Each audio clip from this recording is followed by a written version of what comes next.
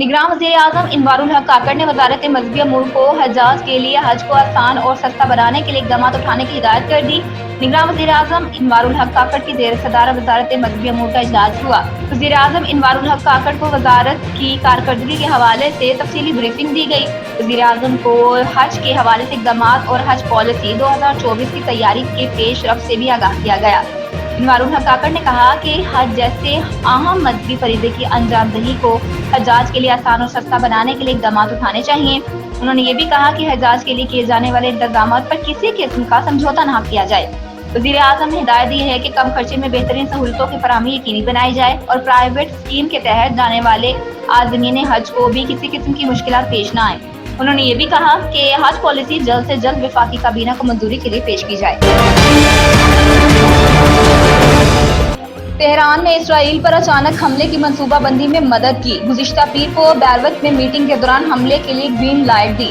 Wall street journal अखबार ने Hezbollah और हमास के हुक्काम का हवाला दिया।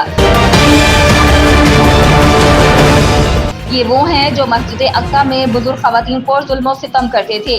इनको परवरदिगारे आलम ने अपनी गिरफ्त में ले लिया है और ज़िल्लत और रुसवाई उनका मुकद्दर है। इराक में दाइश को शिकस्त देने वाली फोर्सेस का फ़लस्तीनियों की हिमायत और इसराइल के खिलाफ लड़ने का ऐलान। बिस्मिल्लाहिर्रहमानिर्रहीम। इन्ना मिनल मुजरिमीन मुंतक़िमून। सदक़ल्लाहुल अलीयुल अज़ीम। बिस्मिल्लाहिर्रहमानिर्रहीम।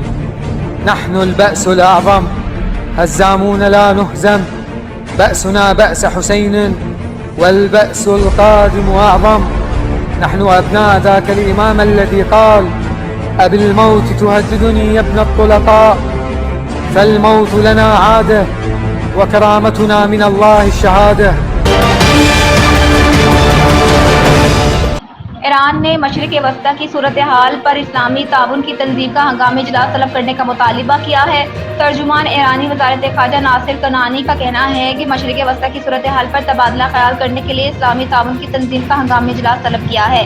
ईरान ने इसराइल पर हमास के हमलों में मुलव्विस होने से मुतल्लिक़ फैली खबरों की भी तरदीद कर दी है। इसराइल की फौज ने दावा किया है कि इसने गजा के अतराफ में दोबारा कंट्रोल संभाल लिया है। इसराइली फौज के तर्जुमान ने कहा है कि इसराइली इलाकों में मौजूद कुछ फ़लस्तीनी जंगजुओं ने झड़पें जारी हैं। तर्जुमान का कहना है कि शुमाल में कोई लड़ाई नहीं हो रही, किसी भी सूरत हाल के लिए तैयार हैं। इसराइली वज़ीर दिफा ने गजा की मुकम्मल नाकाबंदी का हुक्म दे दिया। गजा के लिए बिजली, खुराक, ईंधन सब बंद कर दिया गया। रात के हमलों के बाद इसराइल की जानिब से गजा पर दोबारा फिजाई हमले किए गए। हमास और इस्लामी जिहाद के 500 से ज्यादा अहदाफ को निशाना बनाया गया। हमलों में खवातीन और बच्चों समेत 493 फ़लस्तीनी शहीद हो गए, जबकि 2700 से ज्यादा जख्मी हुए। हमास के मज़ाहमतकारों की 7 से 8 मकामात पर इसराइली फोर्सेस से झड़पें हुई। इसराइली फौज के मुताबिक हमास के हमलों में 73 फौजियों समेत 700 इसराइली मारे गए।